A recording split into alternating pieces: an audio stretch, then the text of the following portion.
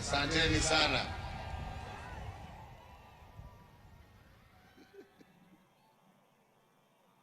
Asanteni sana.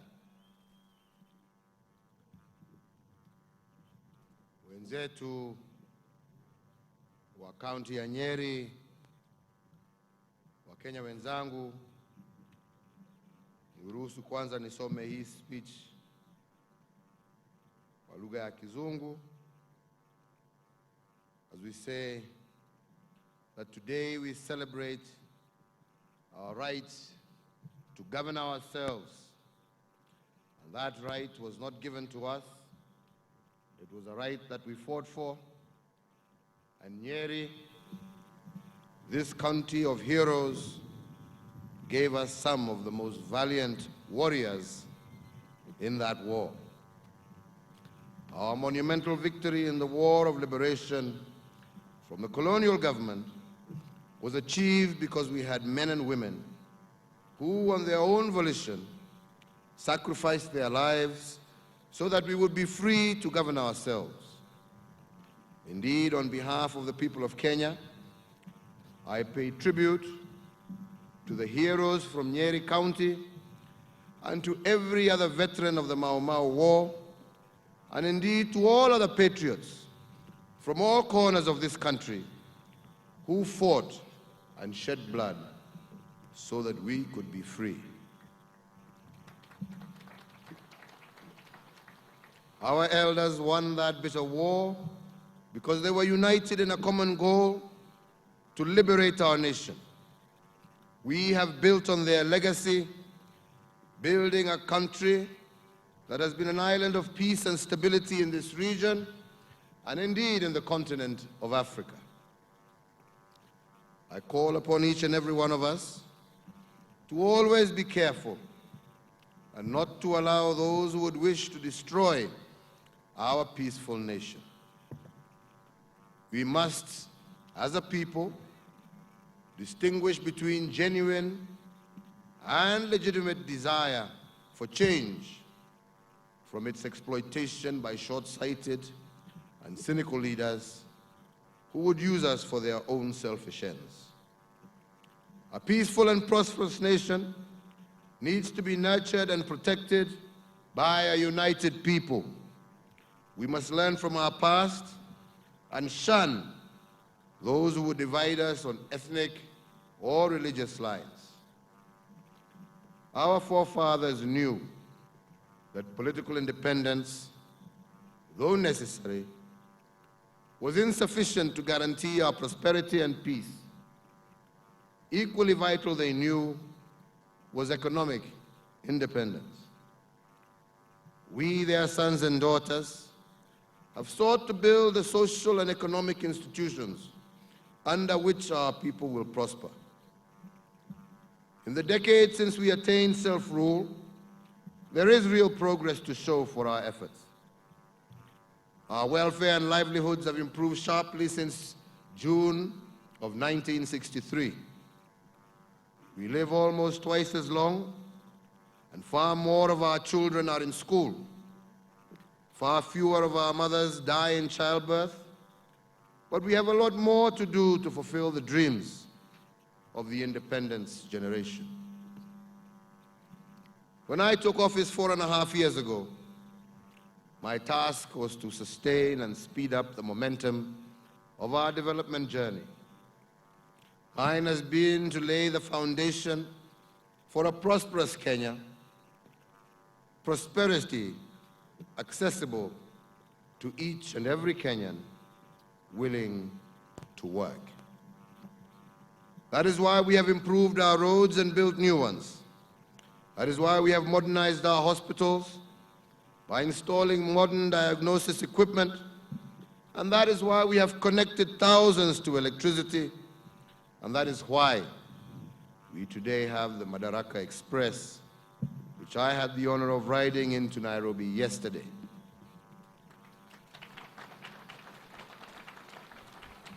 The Madaraka Express, ladies and gentlemen, is a true living symbol of the journey we are undertaking together. It is the foundation of better incomes for our farmers, manufacturers, and other businesses.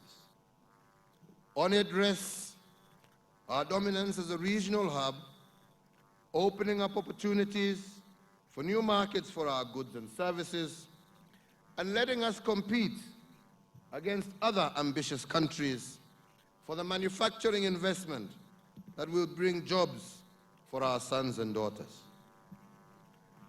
As an alternative to our roads, the Madaraka Express will greatly reduce incidences of disability and death from accidents involving public service vehicles, and will move goods quicker across the Eastern African region, cutting delivery times, cutting corruption that has dogged users of roads and transportation along the Northern Corridor. Our investors will profit from the hotels, lodges, shops, kiosks, and smallholder farmers, schools and dispensaries targeted at newly migrating workers and settlers. You can now get from Mombasa to Nairobi in 4 hours, half the time it took as recently as Tuesday. That's the work of an administration that has the courage as well as ambition to cut by half the time taken to achieve an industrialized, job-rich, and secure Kenya. Our expanded and modernized ports and airports will be the logistics centers for the region, and hundreds of thousands of jobs in logistics and service will arise from them and the companies that they serve. For those who live between Nairobi, Nyeri, Nanyuki, and Isiolo, and those traveling north, our plan is to extend the Thika Highway so that the dual carriage continues all the way to Nyeri, Nanyuki, and out to link up the Northern Corridor with the Lapsset Corridor. We will also push for the development of agribusiness and value addition along that transport corridor to transform your hard work into higher incomes and jobs. Taken together, these investments mean that 60 major global corporations, which make Kenya their regional and continental headquarters, will be joined by many more of their counterparts. Young Kenyans will move into the professional ranks, effectively competing with the best from around the world. These initiatives are giving birth to a new Kenya. That Kenya which our founding fathers yearned for. A Kenya in which the basics of a decent life are securely within the reach of our people. A nation whose children will find the jobs and livelihoods their achievements deserve without waiting in line for years or requiring ethnic or family connections. A Kenya whose people won't have to attend weekly harambes or spend family savings to send relatives and friends abroad for modern health services. We will be citizens of a country that can feed itself and the region without regard to weather.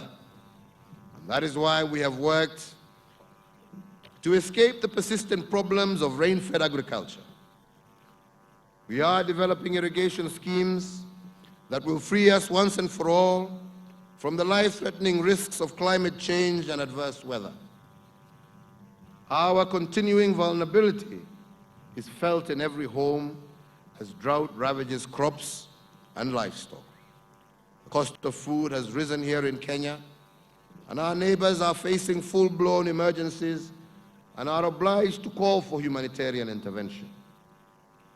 I am well aware the lives and livelihoods of many of our people are threatened by this drought.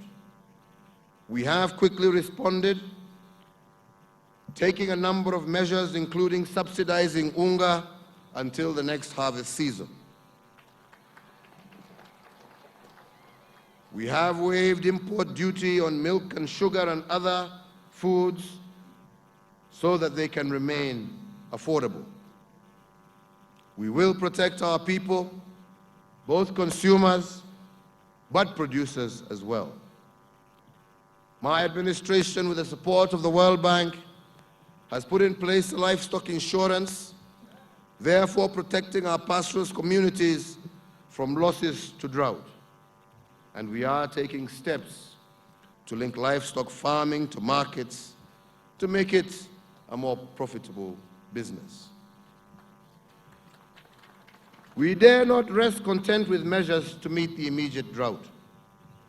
We had to look at every possible means of raising production of every farmer and herder in Kenya. And that is why to choose just a few examples, we have subsidized fertilizer for some, we have waived debts for others, and we approved the recommendations of the Coffee Sector Implementation Committee. I asked the committee to make a plan for the revival of our coffee sector. It was an urgent matter, and we needed to think again about the rules that govern the coffee industry, and we had to think afresh about our production, our marketing, and our value addition. The committee wasted no time, and we quickly agreed a debt waiver for coffee farmers, SACCOs, and unions amounting to Kenya shillings 478 million and Kenya shillings 1.7 billion on Starbucks funds through the Cooperative Bank of Kenya. Consequently, title deeds, once held as collateral by the bank, have and are being returned to cooperative societies and individual farmers to relieve them of the burden of that debt. Currently, the committee, the Ministry of Agriculture, Livestock and Fisheries, as well as the Council of Governors, have together earmarked the upgrading of the Nairobi Coffee Exchange and the rehabilitation of 500 coffee factories in 31 coffee-growing counties. The state of our nation, fellow Kenyans, is strong. We have transformed our government and our politics to give the greatest voice to the people. Our democracy today is stronger than it has ever been. We have become the biggest economy in our region and one of the largest in Africa. Our people compete with the best in the world in many fields of endeavor, and our country anchors the region's peace and security, and we are a necessary partner in regional and global decision-making. Our achievements have raised our appetite for greater success in the war against poverty, ignorance, and disease, and our desire has been sharpened, aiming for the day when every Kenyan has a decent job, a full education, and security for his person and property. Our economy is growing. Services are being delivered to Kenyans better than ever before. But there is still more to do if we are to lift every Kenyan out of poverty and into prosperity. We must find jobs for all our sons and daughters who have met their part of the bargain by diligently going to school. For over 50 years after independence, a majority of us lived in darkness because of lack of planning and the arrogant perception that stima sio ya watu ambao wanaishi kwa nyumba za nyasi. My government understands that every corner of Kenya matters. Every Kenyan deserves basic services. And I am proud today to report that in the last 4 years, we have added more than 2 million homes to the electricity grid. Our streets have been made safer by the street lighting program, and traders, including here in Nyeri town, now sell their wares far into the night without fear, benefiting from extended business hours. Connection by connection, we are slowly developing our economy into a 24-hour economy. Yes, we have worked to connect every home to electricity so that our children learn better and more equally, no matter what part of the country they come from. It is a matter of basic fairness and equity. Our efforts have ensured that 23,000 primary schools across the country have been electrified over the last 4 years. We did it because we strongly believe that our education system should not leave some of our children behind based on incomes of their parents or their being born in distant rural areas as opposed to large cities. And that is why we are also fully committed to free secondary education and a full transition of all our children from primary to secondary school as of January 2018.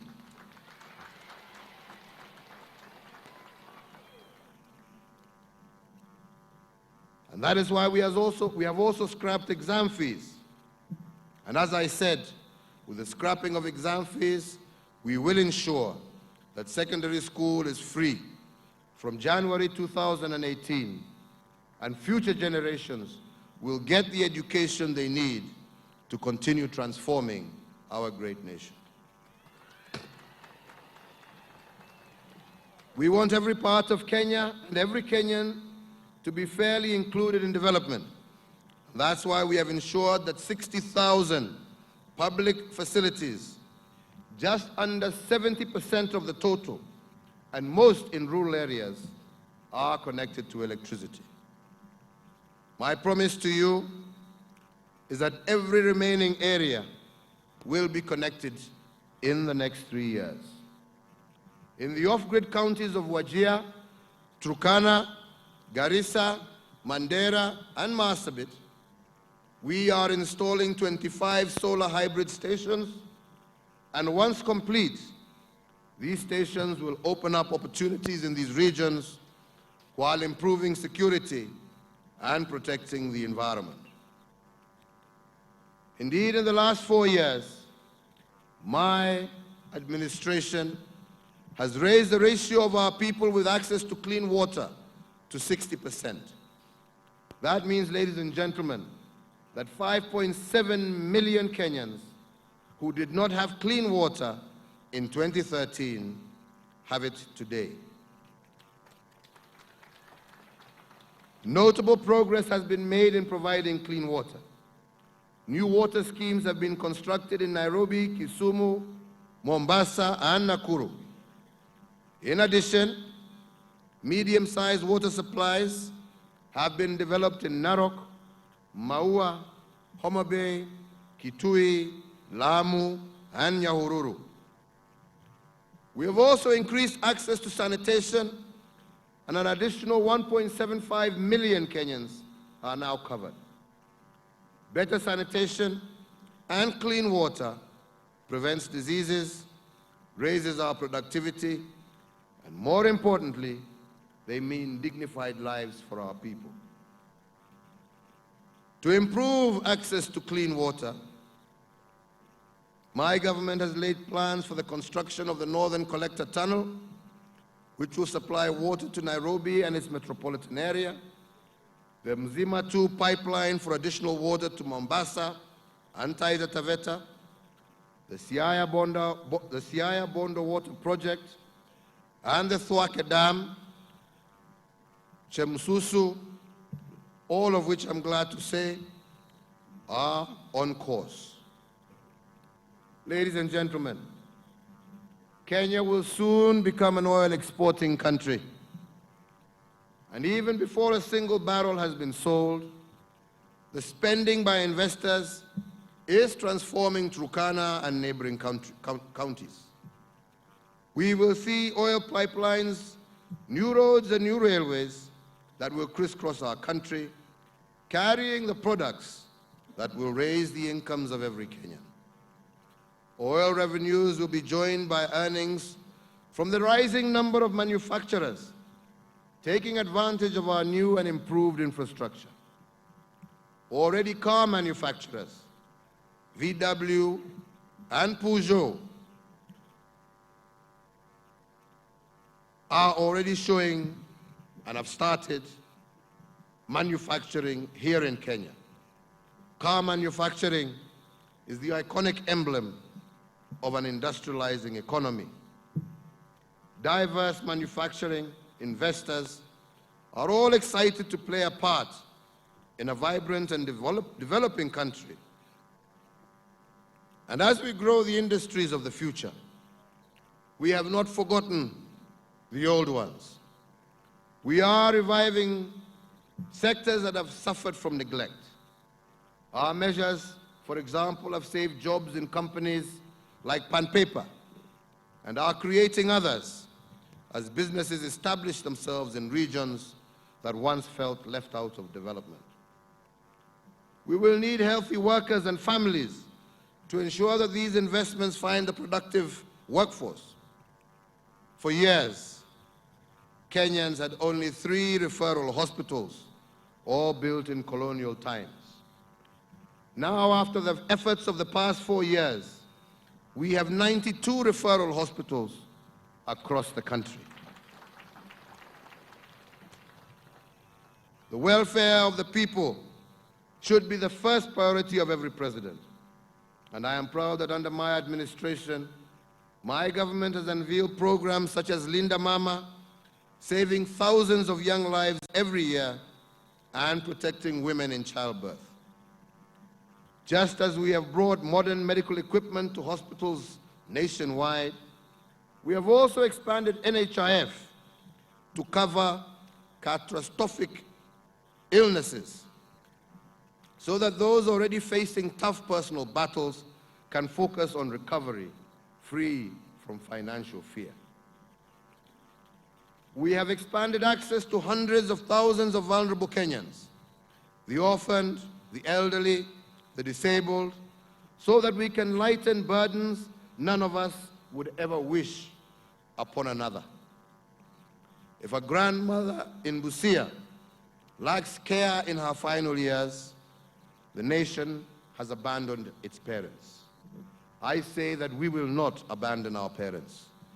We will honor our mothers and fathers by making sure that they live in dignity in their old age. And that is why, from January of 2018, my administration will expand the monthly stipend program to cover all mothers and fathers of Kenya of 70 years and above.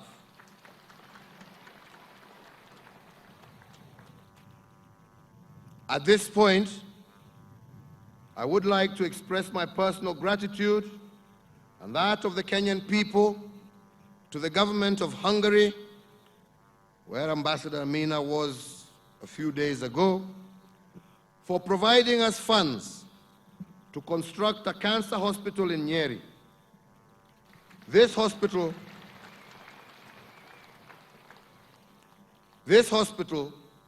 will serve the people of Nyeri, Kirinyaga, Muranga, Meru, Laikipia, Isiolo, and other parts of our country.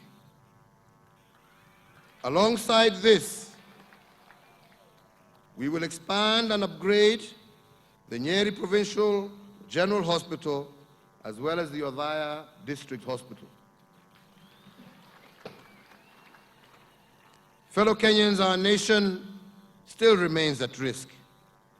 Our people must be secured against the threats from terrorists and politicians seeking to spark confrontation, as well as criminals.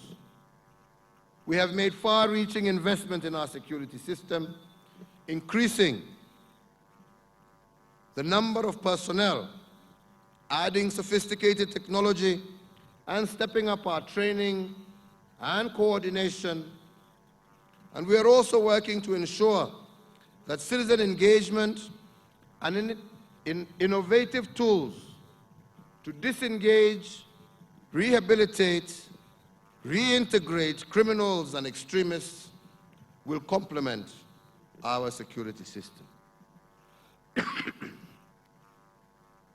The world has learned from the catastrophes in the Middle East and other parts of Northern Africa that the terrorists who seek the destruction of democracies like Kenya can quickly exploit vacuums in governance and government. And that is why we will continue with our stabilization mission in Somalia, keeping to the commitments we have made alongside our neighbors and the international community to support Somalia for the sake of its security as well as ours. Fellow Kenyans, the most vital element in all our efforts to transform our country is to ensure that we are governed well. Here too, there are successes to mention. In establishing devolution, we embrace the most effective way of managing our diversity and holding our leaders to account. Devolution and the democracy on which it rests have freed our people's energies and enabled robust citizen participation in decision-making. Since you entrusted my government with the responsibility of forging our new constitutional order, we have continuously ensured the effective implementation of devolution. We have kept to the timelines agreed, providing the needed administrative support, and going far beyond the constitutional threshold in financing counties. This is a historic achievement that all Kenyans should be very proud of. My brothers and sisters, a new Kenya is here. We must continue to dream big and boldly implement our vision so that every Kenyan can share in this country's bounty. The work my administration has taken is a foundation for that transformative change, which will benefit Kenyans for generations to come. A transformed Kenya calls for new politics. We need politics that look forward, not back. We need to leave behind leaders obsessed with using the conflicts of the past to divide us, rather than leading us forward in unity. Let every Kenyan remember the history. Let every Kenyan remember the history of our country and what it has taught us of the dangers of a divided society, of breaking people apart, all for the gain of a few. We should commit to redouble our efforts to instill in our youth a deep sense of patriotism and an appreciation of the gift to be a Kenyan. We must use every tool at our disposal to banish ethnicity and discrimination in any form. I know that there is still far more to be done, but I have immense faith in the greatness of our people. After all, we have already overcome challenges far greater than any that lie before us. I am proud to be a Kenyan in 2017, and how privileged I feel to be your president in this period of promise, and how blessed to be a Kenyan as our nation rises to the heights our forefathers foretold. Remember that Kenya is still a young nation, a nation with great potential and opportunity for all of us. This is a moment for boldness, and henceforth our politics must be shaped by the desire to take Kenya forward to prosperity for all.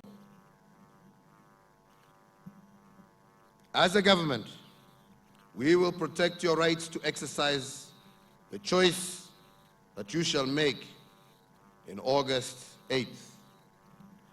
I will assure all Kenyans that our security apparatus will remain vigilant and ready to deal with acts of lawlessness and disorder. All I ask of you as Kenyans is to reject the politics of division and conflict, that you vote in peace. That way, no matter the outcome, we will all win. We are 45 million strong, united as one Kenyan family. Elections will come and go, but Kenya shall remain, and we must remain as one. We all have a duty and obligation to protect the house that we have built and are still building. Keep faith always that we will renew this nation, for we are a people of faith, and we believe that justice will prevail, that peace will prevail, and that the people of Kenya will prevail. Kwa hayo machache na mengi, mimi nataka kushukuru sana wananchi wa kaunti hii ya Nyeri ambao wametuandalia sherehe za Madaraka za mwaka huu. Niseme asante kwa wote ambao wamehusika kwa mipango. Niseme asante kwa wananchi wa Nyeri kwa vile mmetukaribisha hapa kwenu. Kulingana na vile tuliamua mwaka uliopita ya kwamba ndio tuweze kuunganisha Wakenya, sherehe za kitaifa tutakuwa tunazizungusha kaunti kwa kaunti, na ndio tuweze kuleta Wakenya wetu pamoja, na isiwe ya kwamba sherehe zitakuwa pekee Nairobi. Nyeri County ni muhimu kwa Kenya na lazima tuwe hapa, na Wakenya wengine kutoka sehemu zingine waweze kuja Nyeri na waone wenzao wa hapa Nyeri. Sherehe ingine tutaipeleka pahali pengine. Mimi nataka niseme ya kwamba hapa Nyeri najua bado kuna shida, na hii ni kitu ambaye nimeongea sana na sitaki niongee tena. Hii issue ya colonial villages karibu 150, najua kazi imeendelea lakini haijakwisha, lakini mimi nataka na nimeamurisha waziri wa ardhi, mimi nimekupatia wiki 3 umalize kazi hiyo na uhakikishe ya kwamba hizo titles wananchi wamepewa, na mimi nitakuwa hapa after those 3 weeks waniambie kama wamepata titles zao au hawajapata. Hatuwezi kila saa kuwa tunaahidi kitu alafu hatutimizi. Tunataka tutimize haya. Vile nimesema pia, nashukuru serikali ya Hungary kwa sababu juzi tuliweka mkataba pamoja na hawa na wamekubali kutusaidia kujenga hospitali ya kansa katika kaunti hii ya Nyeri, na mimi najua ya kwamba hiyo hospitali itasaidia sana wananchi wa kaunti hii na pia kaunti ambazo ziko karibu na nyinyi, kwa sababu lazima tutie mkazo kusaidia wananchi ambao wanatumia pesa nyingi sana kutibu watu ambao wako na huo ugonjwa wa kansa. Na mimi najua ya kwamba hiyo hospitali ikiisha itasaidia sana kupunguza gharama na kusaidia pia kukinga huo ugonjwa wa kansa katika sehemu hii. Vile nimesema pia, kutoka mwaka ujao Januari tunataka watoto wetu wote wasome. Rais Kibaki alituanzishia mfumo wa elimu ya bure katika shule zetu za primary, kitu ambacho kimesaidia wananchi wa jamhuri hii yetu sana na kupunguza gharama ambayo wazazi walikuwa wanalipa ndio waweze kusomesha watoto wao. Tumesema na sisi pia kutoka mwaka ujao watoto wote ambao wataingia shule za upili kutoka form 1 mpaka form 4, mzazi hataitishwa pesa, itakuwa vile tu kama ya free primary.